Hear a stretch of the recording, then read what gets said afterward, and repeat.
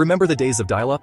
The sound of your modem connecting, that strange screeching noise that meant you were about to log on to the internet? For millions of people in the 1990s, there was one name synonymous with getting online: AOL, America. Online didn't just provide internet access, it defined how a generation experienced the web. It had email, chat rooms, instant messaging, news, and even its own web portal. AOL wasn't just an ISP, it was a cultural phenomenon. And then almost as quickly as it rose, it faded away. How did a company that shaped the early internet go from household name to footnote? AOL started in 1985 as Quantum Computer Services, a small online service for Commodore 64 computers.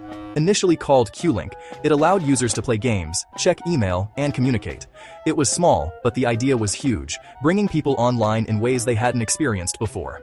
In 1989, the company rebranded as America Online. By the early 1990s, AOL introduced its iconic dial-up service, which made the internet accessible to millions of households. Remember those free trial CDs that flooded your mailbox? That was AOL's genius marketing strategy. They gave people a taste of the internet and hooked them. Within a few years, AOL became the largest online service in the United States, connecting millions of people to a rapidly expanding web. By the mid to late 1990s, AOL was everywhere.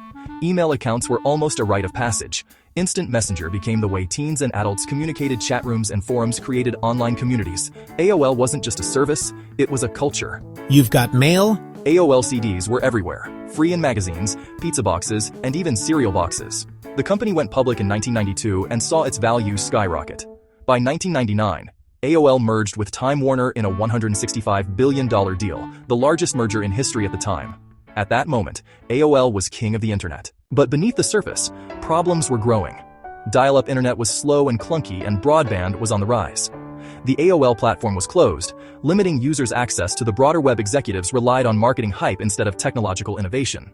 Meanwhile, Google, Yahoo, and Microsoft were building open, fast, and scalable platforms. AOL's dominance came from brand and accessibility, not innovation. The internet was evolving faster than AOL could keep up. AOL had several chances to reinvent itself and stay dominant. Social networking. Before Facebook and MySpace, AOL chat rooms were the social hubs, search engines. AOL relied on third-party search instead of investing heavily in its own technology. Broadband. AOL was slow to transition from dial-up to high-speed internet. By the early 2000s, AOL's core business dial-up subscriptions were shrinking rapidly. The dot-com bubble burst in 2000 and AOL's merger with Time Warner turned sour. Stock prices collapsed, synergies never materialized, cultural and technological clashes slowed the company. Meanwhile, Google, Facebook, and broadband ISPs offered better, faster, and more open internet experiences. AOL tried to pivot, offering content through AOL.com, expanding media services, acquiring other internet brands. But the world had moved on. AOL was no longer the gateway to the internet, it was just a nostalgic brand. By the mid-2000s, AOL had lost millions of subscribers. Dial-up subscriptions dwindled. Advertising revenue was under pressure. Instant Messenger users migrated to new platforms like Facebook Messenger and WhatsApp. AOL became more of a content and media company, focusing on news portals and digital advertising. By 2015, Verizon acquired AOL for around $4.4 billion, marking the end of AOL as a dominant internet service provider. Several factors contributed to AOL's decline. Over-reliance on dial-up subscriptions. They failed to pivot to broadband quickly. Failure to innovate. Competitors offered faster, more open and scalable platforms. Overconfidence from market dominance. The company rested on its brand instead of investing in the future.